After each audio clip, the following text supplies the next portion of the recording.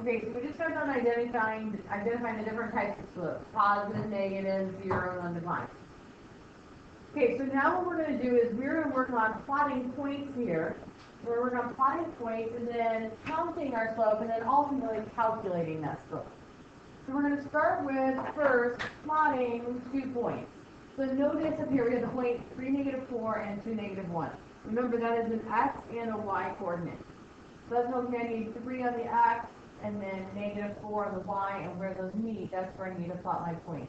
So here's the point 3, -4. And then find the point 2, -1, I'm going to plot the second point. And I'm going to go ahead and draw in my line there. So I'm going to go ahead and draw my line through my 2 points. Okay, so I plotted my points, I drew the line. Now let's count our slope. So if you remember your formula, when you count slope, is rise over run. Okay, so I'm going to count how far it rises or falls over the run. And we always go from left to right. Just like we talked about above, you read a graph from left to right.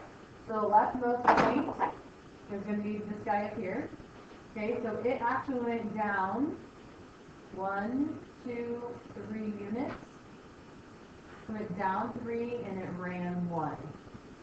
Okay, so because I'm falling, it's going to be a -3, and I was running 1. That means my slope is a -3. Now think about it, does that make sense? Does it make sense we have a -3? Well, it should, because remember how we talked about, because when you read from left to right, if you're going downhill, that is a negative slope. Alright, so let's check the next one. Let's try the next one on the right there. Alright, so we need to plot the points -2, -5, almost at the bottom of the graph here. 1, 2, 3, 4, right here, -2, -5, and the point 0, 4. Okay, so make sure you plot your 2 points. Remember, point 0, 4, that means it's 0 on the x-axis, 4 on the y-axis. And we're going to go ahead and graph our points. I missed a little bit there. Let's fix that. Okay, again, we're going to count rise over run, reading from left to right. So here's my leftmost point. So I'm going to count 1, 2, 3, 4, 5, 6, 7, 8, 9. So it increased by 9, it went up by 9, and then to the right 2. Okay, so I have 9 halves. So my slope is 9 halves. And we don't want to divide that out. Remember, those are rules, like they're instructions. It's a rise over run. So don't make that 4.5. Just leave it as 9 halves. As much as you hate that, as much as some of it makes you feel comfortable, leave it as 9 halves. But again, stop and think, does the answer make sense? Is it okay that it's a positive number? Look at our graph. Just looking at the picture itself, just looking at the figure, reading from left to right, that is an increasing line, so that is a positive slope. So our answer does make sense. Alright, so that's one way to find slope, is just counting. Okay, the next way is actually calculating. Okay, and I put the slope formula down here for you. Alright, so your slope formula says, I'm going to take the difference of the y's, so in my numerator is the difference of the y's, that's the run. Okay, so when you're counting 9 on the right-hand side up here, when you're counting 9, this is my run. This is my rise. It rose 9 steps. The x's then are the left and right movement, and that's the run. Okay, so my formula says I'm going to subtract my y's, divide by the subtraction of my x's. So let's look at this first one up here. Let's look at this first one. I'm going to rewrite my points, just so they're a little closer. I'm going to remind you that you have an x and a y and an x and a y. So our slope formula says I need to subtract my y. Okay, so it says y sub 2 minus y sub 1. So I'm going to take my second y, so I have a -1, minus my first y, which is a -4. So we're going to have lots of double negatives in this, so you really have to watch that. Now my denominator says I need to take x sub 2 minus x sub 1. So my x sub 2 is a 2. So my second x is a 2.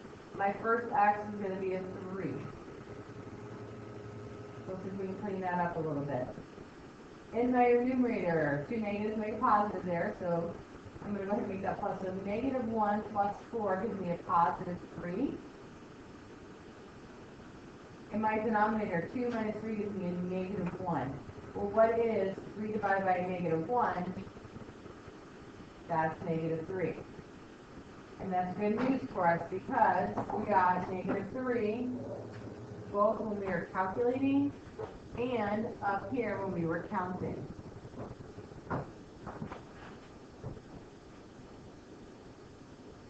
Okay, let's try with the other one. Let's try with the other one. I'm going to rewrite those points again.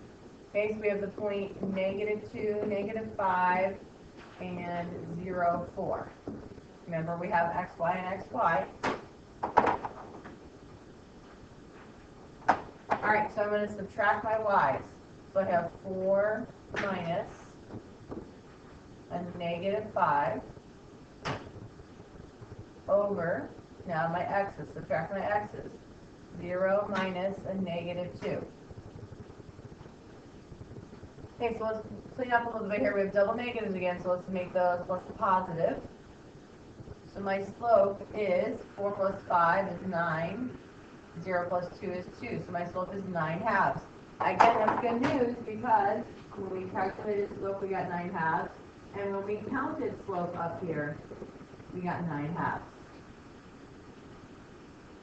So one way is not necessarily better than the other, but it depends on your situation. If you had a graph, sure, go ahead and count it. It's probably way faster. Okay? If you just have points, it's probably going to be faster to calculate it because you're not going to want to spend the time to find a graph and accurately graph and then count. Okay, so based on how much time we have left, what you're going to do next is a maze. Okay, so you're going to do a maze. It's through Classroom again, and I want to show you a little bit how it works. So I'm going to pull it up here. So this is the maze, and as you know, your screens are kind of small, so I wanted to help you understand how to zoom in and zoom out. Basically, what's going to happen, though, is you're going to start at box number 1 up here. Okay, you're going to start at box number 1. Okay, they give you 2 points. They give you 2 points here at box number 1. They're 2 little red dots, and you need to plot those. Well, it's way too tiny to see. So up here at the top, I'm going to zoom in on mine real quick so you can see it a little bit better. Up here at the top, you have a zoom, this magnifying glass. Okay, what that'll allow you to do is zoom in on a specific area. So what I would do is I would literally click on that, and then I would literally just zoom in on just that one problem. Okay, let me get my screen back to normal here. All right, so I can zoom in just on this one problem so that it's a little easier to work with. Okay, so it asked me to plot the points -4, 1. So let's see, -4, 1. There's 1 point, and then my other point is at -2, 2. Okay, there's my other point. So I'm plotting points. Then I'm going to draw a line.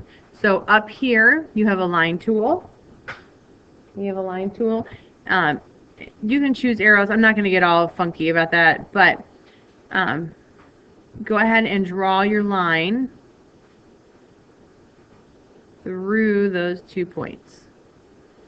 And if you need to, you can go back and select your arrow tool and kind of adjust those a little bit. There we go. All right, so we have our line drawn. Now, the idea is that we're going to count our slope.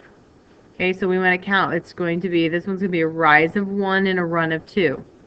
So my slope, you can see off of this box number 1, it's either going to be 2 or 1/2. So it's a rise over run, so it's going to be 1/2. Now, I need to back out so I can see everything else. Right next to that, where that magnifying glass was, I'll zoom in again, you have this funny little box that has the arrows and the square. If you click on that, it'll zoom out to the whole page again. Okay, so it zooms out to the whole page. So let me go back to where I was again.